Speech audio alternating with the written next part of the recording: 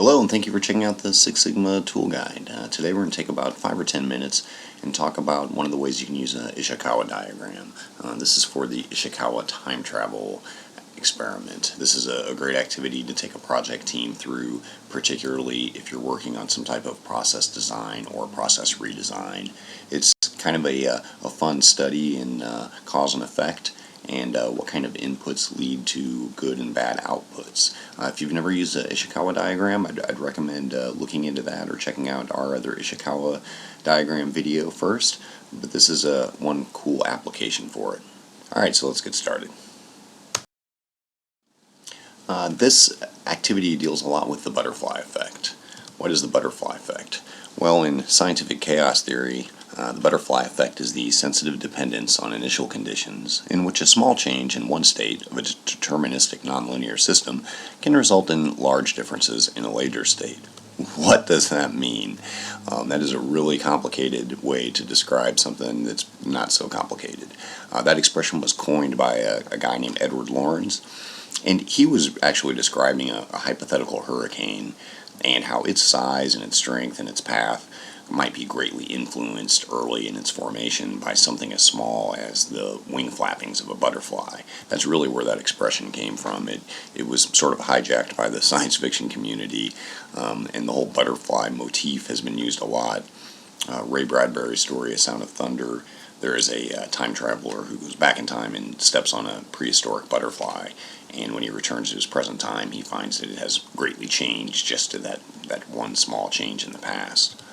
So it's really about large-scale events like a hurricane and how they can be dramatically impacted by a series of small contributing factors, such as the flappings of the wings of a butterfly. And so that's really what this activity is about, is what are the small contributing inputs that we do today, and what impact is that going to have on us 6 months from now, a year from now, 5 years from now.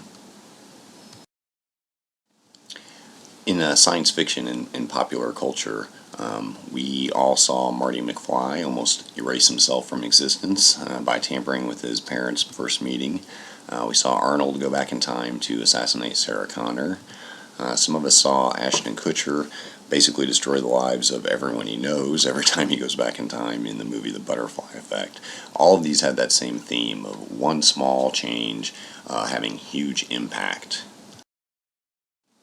And meanwhile, in the real world, we find ourselves thinking that all the time. If we could only go back in time, we might change some inputs and get a different result now. How many times have you been stuck with a system that didn't really meet the needs of your job function, or been a part of a process that isn't structured really so in the best way to really accommodate what it is you're trying to accomplish? And sometimes this exists because the world changes around us and we don't evolve or change our processes along with it, and sometimes it's just from a lack of planning in the past. This is really a great opportunity to look at what are the butterflies that can be stepped on today that are going to have very specific changes to output in the future. So let's go ahead and take a look at the exercise. Real quick, this is just a quick review of an Ishikawa diagram or a fishbone. This is a pretty popular tool, can be used a lot of different ways. Generally, you want to have some type of output or effect or goal at the head of the fish, and then you use all of these fish bones, these categories of types of inputs, to sort of brainstorm on what contributes towards that output or effect. These common themes here are metrics, machines, men, places, materials, and methods. These are just some categories of small contributing inputs, also known as little x's. This is pretty good categories because these elements you find in most processes, really. The output or effect, sometimes also called the y, that's the result of all of these contributing impacts. This comes from y equals fx. That means that output is some function of input. Also means what you get out of something is directly related to what you put into it. Real quick example, an Ishikawa diagram often is used for finding contributing factors towards some specific goal. And just a quick walkthrough, we're going to say opening a successful lemonade stand. Or the group would, sort of brainstorm on what are the things that need to be considered when doing this, what men need to be considered, what machines, what metrics need to be considered for opening a successful lemonade stand, what places, what materials, what methods. Just a great way. The categories don't matter. It doesn't matter where you write down. It's just a great way to start thinking in terms of contributing inputs towards some specific effect. So the Ishikawa time travel experiment. Welcome to the future. This is like I said, a great activity if you have a project team, especially if you're building some new process. We basically work it like this. The year is 2020, and the team is assigned to look at the current state of the processes they're responsible for, and think about what were the key inputs initiated way back in 2016 that brought you here. So we'll have groups typically split up in two. We'll have Team A and Team Z. Team A is going to be from this ideal future timeline that we'll call Timeline A. In 2020, in Timeline A, the department is a paradise. The product that you deliver is yielding incredible results. Your overhead and costs are lower than ever, and there's a real sense of camaraderie and commitment from everyone involved. It's really just this sort of ideal place to work where you're getting great results. Team Z, quite the opposite. You are from the darkest possible future timeline, Timeline Z. Here, the department is a post-apocalyptic wasteland full of treachery, betrayal, and dog-eat-dog instincts. Really, the delivery of your product is being so poorly received that your customers are turning you away. You're on the verge of shutting down.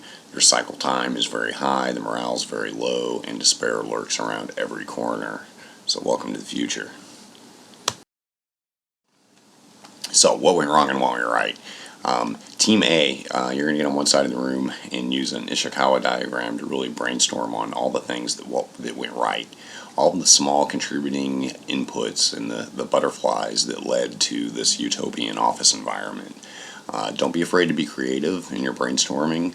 The seemingly silly ideas might lead to some real-life alternatives with real-life application. And it's great if you can use some specific performance metric at the head of your Ishikawa, a specific service level that you want to achieve, certain goals that you're hitting, something like that. That's going to help you sort of focus your thoughts on those contributing inputs towards that very specific output.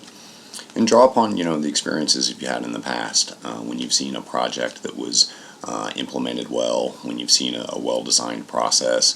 Think about all of the factors that were involved early on when that project got kicked off. Team Z, quite the opposite. You're going to use the Ishikawa diagram and think about what went wrong. What were those small inputs or butterflies in 2016 that led to this negative future state described? Think of the root causes of, why did costs go up? Why is morale low? What problems are there with the product? Is there a cycle time issue? What are the root causes to that set of circumstances? Were communications poorly rolled out? Were systems folks not well trained on new systems? Whatever it is, think about all the negative things that might lead to that type of bad environment. So what now? After the two groups have broken apart, each team should now have a list of contributing inputs. One's a list of things that led to performance decline, that's Team Z, and then Team A is going to have a list of things that were done that led to success in 2020. Likely there will be similarities. Team Z may note that training materials were not up to date, and that led to a lot of rework. While Team A might celebrate the success that they appointed someone training coordinator and they had the responsibility of updating training material every month, something like that. So you should see a lot of the same things, just spoken in an opposite manner. Each team should have a spokesperson to kind of walk through the entire group with their results. And as a group, there should be some discussion and prioritization on what are the action items that support those inputs. You want to look for the smallest inputs that have the biggest impact. If you have an exhaustive list and you need a reality check on how much of this can we actually do in the short term, an XY matrix is a great tool for prioritizing those. The most important thing is just to recognize and take action on the things that led you to timeline A, and the cautions that you need to be aware of to avoid timeline Z. Most importantly, again, assign ownership to those tasks. Someone needs to walk away, or several people need to walk away with action items that are going to support this ideal future we're trying to make happen. So I hope you found this helpful. I found this to be a useful activity, particularly if you're building something new or redesigning an existing structure. It's a great way to get people thinking about, hey, what can we do now to shape the future in the next 2 years, 3 years, 4 years. So I hope you found this helpful. Please check out some of our other videos, and thanks for your time.